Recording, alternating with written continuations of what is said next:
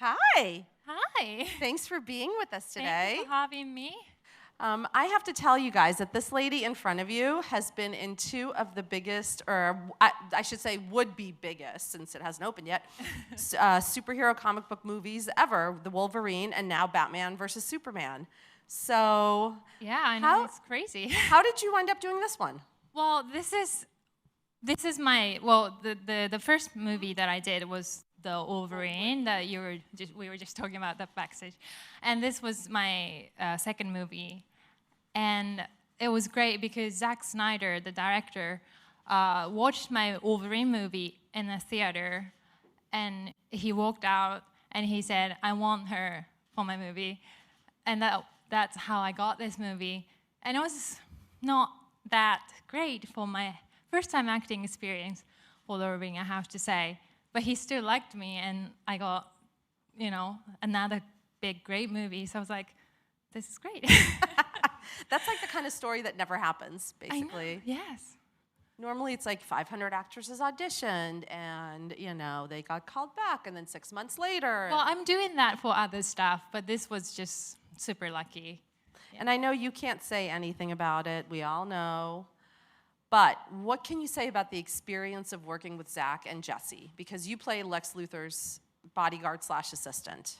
Yes, it's more like, so I play Mercy Graves. She's more like Lex Luthor's loyal right-hand woman. And so let's start with working with Zach. And so that was my story to get this movie. And I had a little meeting with him before I knew about anything, and he said, I want you to play this character for this movie, and I'm like, okay, did I get the job just now? And so it started just all of a sudden, but I was super grateful, and on set, no, not on set, but he's very energetic. He was so excited about his own project, which is great to see for actors, because I guess not all always happen that way, because I don't know, he was just really great and excited about what's gonna happen, and he was explaining, so this is gonna happen, and then that, and he was all over the place and explaining to others. He get loud and all that, but then on set when he explained about his ideas for acting and all that, he became more gentle and quiet and really careful and sensitive to actors, which I loved. So it's very, I learned a lot from him, and I don't know, he was just a big dad. He has a lot of children, and just super sweet guy to work with, yeah. And Jesse is... He's a genius. He is a genius. I never worked with somebody like him. He's just super smart, and he was throwing all those improvs every takes, and then maybe it's not a very nice thing, but we other actors study the other actors' last line to just get a sense of going in as a cue line, right? But because he always changes his line, so we were is it my turn? It's we're so lost. He was just throwing all those things in, happening in his head. I'm wow, just super talented, But it was so interesting to just watch him every takes, because he was different all the time. So are you team Batman or team Superman? I'm team Lex Luthor. Yes, good answer. I guess. Very well said. And let's talk about the Wolverine, because that was your foray into acting. And from what I read, when you were offered the role, you weren't that excited about even being an actor. No. Because this lady, by the way, is one of the world's biggest models. She was one of probably two or three Asian models to transcend race and ethnicity. You were on the cover. You did Vogue. You did Chanel. I don't know if you've heard of Chanel. It's a little fashion house. Philip Lim styled an entire fashion show after your haircut. So that's pretty impressive stuff. Yeah, I was very lucky that I could fit in that whole trend that time, the fashion were having, fashion industry. It was like, well, first of all, Chinese economy was growing up, so they started to appreciate more Asian girls, and I could fit in that theme, which is great. Even though I'm not Chinese, I'm Japanese, but you know, we kind of look similar. So, but and then I also had this haircut, which is it looks like a bowl. helmet. Yeah, helmet bowl. Haircut. Yeah. Yeah, it's like a Vidal Sassoon kind of old, you know, chic. It was super cool. Yeah, but I looked like a little boy. But somehow the whole fashion trend was going to like a, how do you say that? I never said this word correctly, but androgynous. Androgynous. Androgynous. Yep. Very good. There you go. So yeah, like they appreciated me as, you know, how I look that time. So everything just happened, I don't know, quickly, because I was modeling very long time. I started modeling when I was 14 in Tokyo, and I moved to Paris when I was 20, and it didn't go anywhere. I had very long years not doing much. So, and it happened everything after I moved to America, and I have to thank for that. And yeah, so I just didn't have any plan to become an actress that time, because I was pretty happy with what I was doing. Yeah, you had a really, really great career. I guess there was no reason to switch. It took time, but yeah, I was very grateful for that. When did you realize that you could make a living as a model?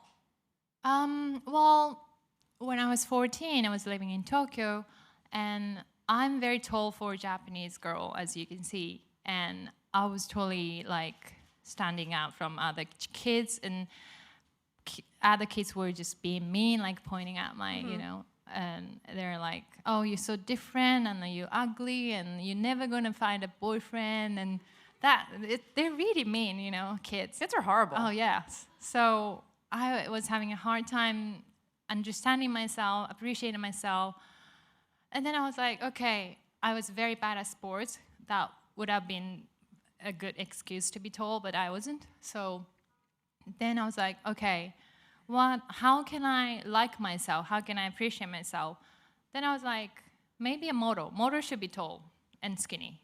And so that was one idea that I had, a very simple idea. Then I sent some pictures to an agency in Tokyo, and I was picked up, and that's how I started. But it wasn't easy. Like, it took 10 years to be sort of recognizable. Where you were being booked by name. Yes. I hope that you laugh at all those kids now, because you're in a movie with Ben Affleck and Henry Cavill, and I hope all those kids, when they like go to their boring day jobs, are like, we regret what we said. Absolutely. Yes, I'm 12 at heart.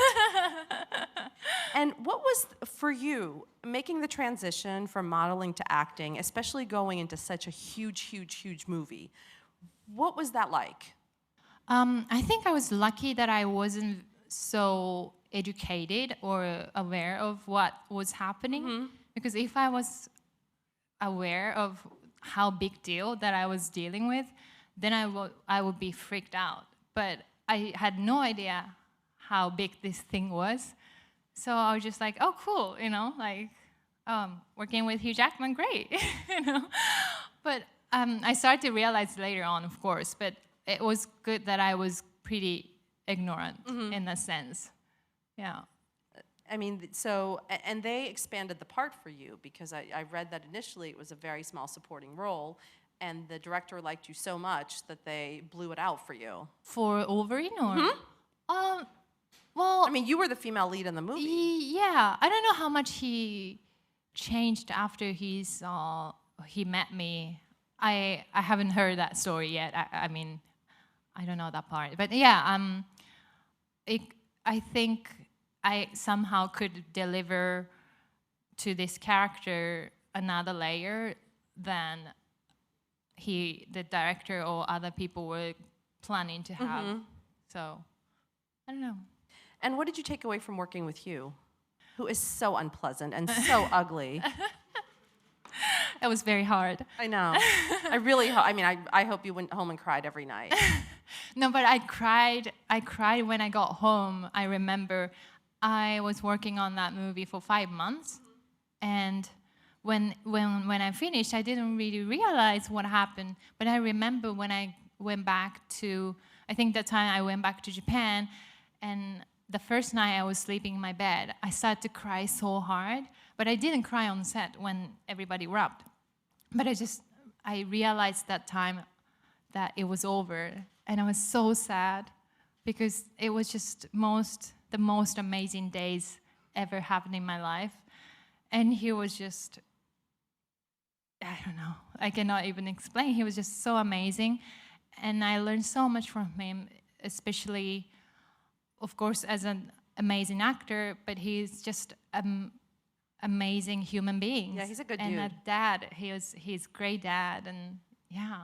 So he just kind of took you under his we won't say wing. The guy doesn't have wings. His bicep and just kind of showed you what was what. Yeah, absolutely, yeah. What was your biggest lesson from the Wolverine, from the movie? Well, everything I know today is pretty much I learned from that time. So I cannot pick any 1 or 2 episodes, but everything. I remember, I think it was a dinner scene. Me and Hugh were just opposite each other, and we were having this long conversation, and we still had to eat. And then he was like, Tao, you have to be careful not eating too much because you still have to speak, and you have to remember which food you touch when you speak this line and that line. Otherwise, you cannot, mess up eating different stuff when it's edited after. And like, how would you? You would never know that. You would never know that because you never done an acting, Yeah. and you cannot think about after editing and stuff like that. So I'm like, oh, thank you. And those small techniques, he would never say like, oh, you should act this. He would never say that because he respects others' opinions and ideas. But he was telling me those small techniques that would be very helpful for someone like me that, I didn't know any that kind of little tips. So that was very helpful. And it's interesting because every actor we've had here, or not every actor, but many actors that we've had here has said that eating scenes are the toughest to shoot. I found so, yeah. And you don't want to be like pretending, but also you cannot take something like, I don't know, big and blocky and like chewing While all the still time. talk. Yeah. So yeah, it's pretty hard, I would say. And do you remember where you were when you knew that you got this part? I was in Hong Kong, yeah. I was invited for a fashion event and doing some photo shoot regarding to that thing. And I got a phone call from my agent, and he said that I got the role. And I was like screaming, but like quietly, because like I didn't want to scare any other people in the room. So I was like, and yeah, I think, I don't know, I kind of had a feeling that somehow I'm going to be involved in this movie because I had a really good conversation with Zach when I met him in LA.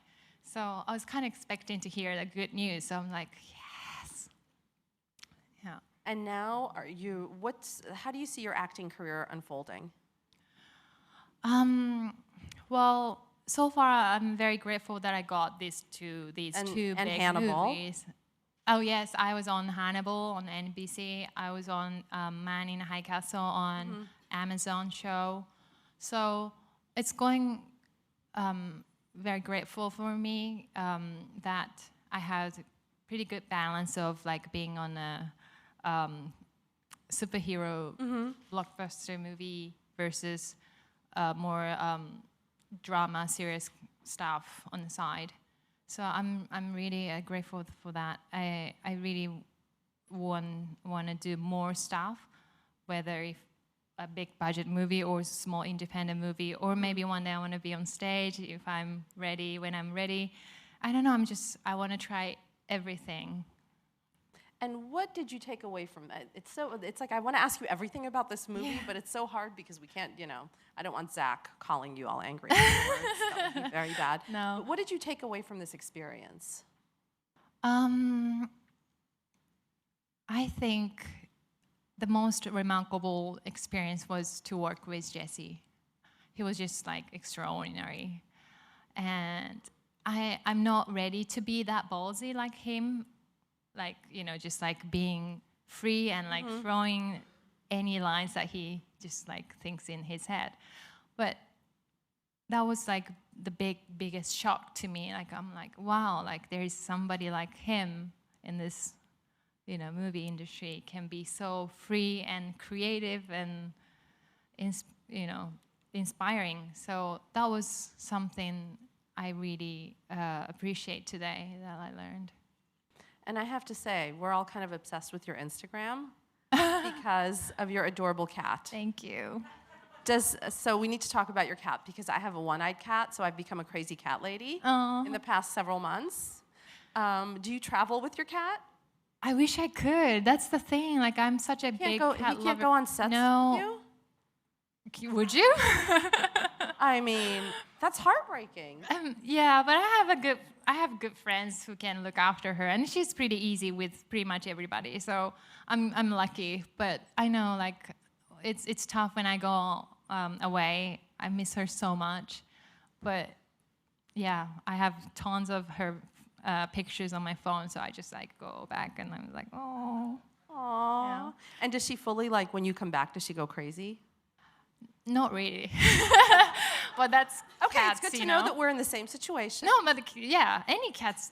I don't know any cats cause like dogs. That's dogs thing, But yeah, did you adopt your cat? Oh, of course. Yeah, of course. I live did in too. Brooklyn. You have to adopt. It's just Yeah. part of the law there. No, I didn't know that, but yes.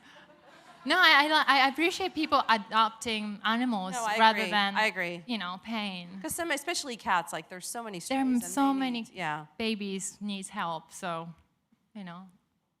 if you are interested in, there's a lot of shelters. Yeah, that's actually a very, very nice message. Yeah. And how do you, for you, what was making the transition from modeling to acting? What was the biggest challenge professionally? I think speaking, because I guess. Of course. Yeah, I guess. Total sense. As a model, I wasn't so expected to be, verbals for it. Not much thing, So that was a challenge for me. And of course, as you can hear, I'm Japanese. I was born in Japan, raised up in Japan. My English is not perfect. So that was a big challenge for me. I'm still like taking English class every week and still learning a lot.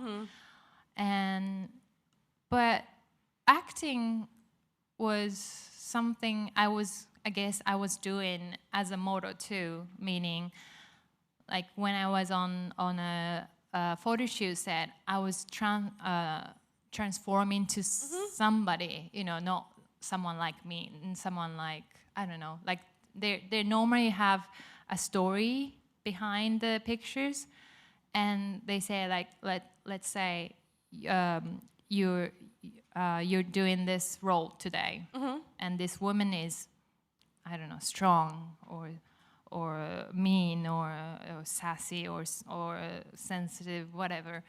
And I guess I was trying to bring that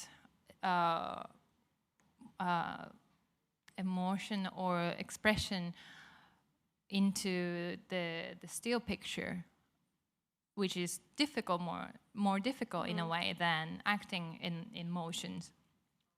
But I loved the process of becoming somebody else. I guess that's something based on my childhood, that I didn't appreciate myself. I didn't like myself. But getting makeup and hair and makeup done and putting myself in a beautiful costume or dresses, I can be somebody else, and I can totally forget what was happening last yesterday or just now and be some totally new person, that is just a great feeling.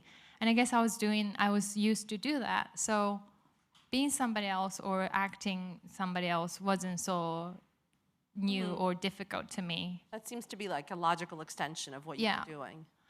But also I found one big difference between modeling and acting was we both in front of cameras, but models are aware of the cameras are there, meaning we're always on to camera. Like you're working towards the camera. Like, you know, like there's a connection or engagement to the cameras. But I guess actors, they have to forget that there are cameras, meaning there's no audience, there's no directors, there's no, you know, stuff. You have to be in this own reality world. There's nobody watching you, and that's something so similar but so different from still being in front of camera, but from opposite angles. That's fascinating. I mean, literally, like you you honestly never think about that, right? Like, No. You think it's just logical, and you go on set and you work. And how do you memorize your lines? Just practice. I didn't have much problem, luckily, learning lines. But yeah, it's already a challenge for me to memorize English, which is not my mother language. So yeah, I just take more time than others. Well, and let's turn it over to our audience, please. There's someone in the front. Hi, thank you for thank you for being here, and I'm a fan of you. I like your movie, and I like the character in Hannibal very much. Oh, thank you. I want to ask, would you like to be a model again in the future? And if you be an actress, is there any particular character that you want to play? Okay, modeling. I would love to model for people who want to work with me, as long as there is somebody. But I found, I think last year I found some people take it that I'm doing both stuff not seriously. And that wasn't very something my initial idea. So I kind of stepped back from modeling career to make myself more focused and surrounded more tough circumstance. So now I'm not doing much fashion stuff, but I love to do once I'm more appreciated as an actor, or I'm ready to do both as, you know, to make good balance. Yeah, and what was the second question? Oh, yes. In the Wolverine and, well, this one I'm not allowed to say much about yet, but I haven't done a big action role yet, in a way, though I was in 2 big action movies. But I'd love to try more physical role, but I don't know like any specific, like also like is there any like much Asian characters? I guess there is, but Well, I mean, they can cast you for any role. I yeah, don't think you need to. I hope so. know. Like this time, like Mercy wasn't an Asian girl, yeah. but just Zach liked me. And that's how it should be. Yeah. So I don't know. Anything comes up, I will take it. Thank you. Hi, looking really beautiful today. Thank you. So I wanted to ask you, since you worked on TV for both Man in the High Castle and Hannibal, was there like a difference between working on TV as opposed to film? And I have a second question about the movie. Was there like any preparation for the role? Yeah, okay. So working in TVs, I was so scared to do that because I heard TV happens so much faster. The pace is just like it's double or even more, because I was filming the Ovary movie. It took 5 months, and this one I think it took like 10 months. Oh God, or I feel more. like they've been filming that for like a year now. Yeah. And they're still, making two, just randomly, but roughly, but 2 hours movie, which is the average length, I guess. And Hannibal or Mine High Castle, which is, I guess it was like 60 minutes every week. So, as you can imagine, you just have to go faster and faster. So that was really scary to me. But then everybody was so sweet. A lot of cast from the Hannibal was also non-American cast. So it was very encouraging me that I'm not the only minority. And you just have to be always ready for new scripts, because you never know, like you constantly get the new pages like every morning on set. So, you just have to forget what you learned yesterday and you just like, Move forward. Exactly. So that was a challenge. But I enjoyed so much. And again, what was the second question? Oh, preparation for this. This was my first time playing somebody's sort of, I guess, Lex Luthor is known for the biggest villain for Superman. So I guess Mercy is sort of a bad girl too. So that was my first time trying to be not a good girl. and I just like enjoyed being mean and mysterious and all that. I guess more preparation took more discussing with Zach and hair and makeup department and costume department to create this character more visually speaking somehow. And it was a really interesting process because Zach was Googling my pictures and like he was pulling all those modeling pictures from my career, and he was like, I like this, like let's cut your hair like this, which was like super short hair that I did for Givenchy show years ago. And I was like, I don't want to cut my hair this short again. So like we had those like conversation back and forth. Like he really liked one of my pictures that I had these big glasses, and that's why I'm wearing glasses in the movie. So that's how we prepared and created this character. See, synergy between modeling and acting.